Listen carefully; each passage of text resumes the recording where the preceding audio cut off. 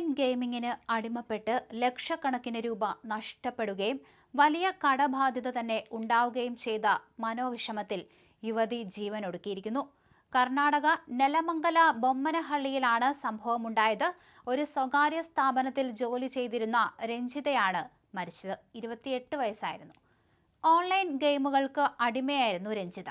ഒരു വർഷം മുമ്പ് ലക്ഷക്കണക്കിന് രൂപ പോലും രഞ്ജിതയ്ക്ക് നഷ്ടമായിരുന്നു.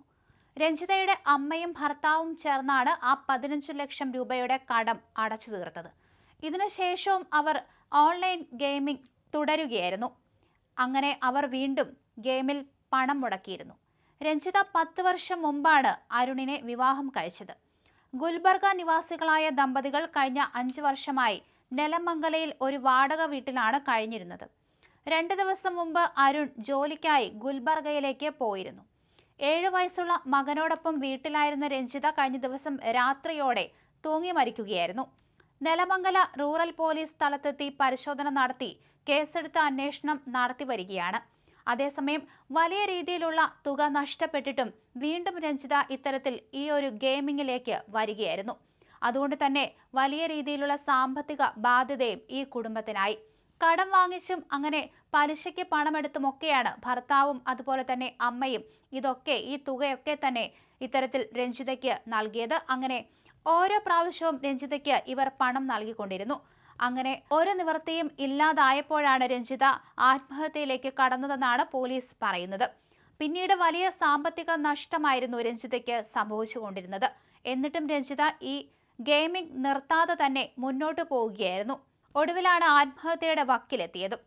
അതേസമയം തന്നെ രാജ്യത്ത് യുവാക്കൾക്കിടയിലും വീട്ടമ്മമാർക്കിടയിലും ഓൺലൈൻ ഗാംബ്ലിംഗ് വഴി പണനഷ്ടവും ആത്മഹത്യയും വർദ്ധിച്ചു വരുന്നതിന്റെ പശ്ചാത്തലത്തിൽ പോലീസ് ഇത് ഗൗരവകരമായാണ് കാണുന്നത്. ലോൺ ആപ്പ് മാഫിയകളുടെ പങ്കിനെക്കുറിച്ചും രഞ്ജിതയുടെ ബാങ്ക് അക്കൗണ്ട് ഇടപാടുകളെക്കുറിച്ചും നെലമംഗല റൂറൽ പോലീസ് വിശദമായ അന്വേഷണം തന്നെ ആരംഭിച്ചിട്ടുണ്ട്. കൊറിയർ ഓൺലൈൻ ടാസ്ക് ഗെയിമിന് അടിമപ്പെട്ട 3 സഹോദരിമാർ 9ാം നിലയിൽ നിന്ന് ചാടി ജീവനൊടുക്കിയ സംഭവം രാജ്യത്തെ തന്നെ ഞെട്ടിച്ചിരുന്നു. ഗെയിം നൽകിയ നിർദ്ദേശങ്ങളും കടബാധ്യതയും ഇതിലേക്ക് നയിക്കുകയായിരുന്നു.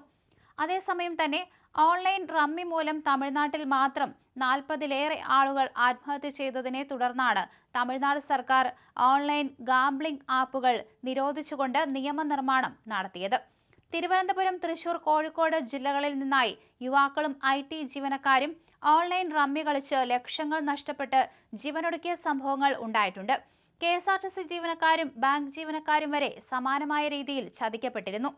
ടെലിഗ്രാം, വാട്സപ്പ്, ഇൻസ്റ്റാഗ്രാം എന്നിവ വഴി വീട്ടിലിരുന്ന ദിവസവും 2000, 5000 രൂപ വരെ സമ്പാദിക്കാം. യൂട്യൂബ് വീഡിയോകൾ ലൈക്ക് ചെയ്താൽ പണം, റിവ്യൂ എഴുതിയാൽ കമ്മീഷൻ എന്ന പേരിലാണ് പലപ്പോഴും ഇത്തരത്തിൽ സന്ദേശങ്ങൾ വരുന്നത്.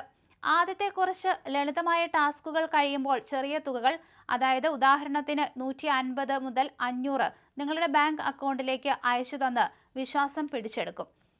വിശ്വാസം വന്നു കഴിഞ്ഞാൽ കൂടുതൽ ലാഭം ലഭിക്കാൻ 5000 അല്ലെങ്കിൽ 10000 നിക്ഷേപിക്കണം എന്ന് ആവശ്യപ്പെടും. നിങ്ങൾ നിക്ഷേപിക്കുന്ന തുക അവരുടെ വ്യാജ വാലറ്റിൽ ക്രമാതീതമായി വളരുന്നതായി കാണിക്കുകയും ചെയ്യും. പിന്നീടാണ് തട്ടിപ്പ് മനസ്സിലാക്കുന്നത്.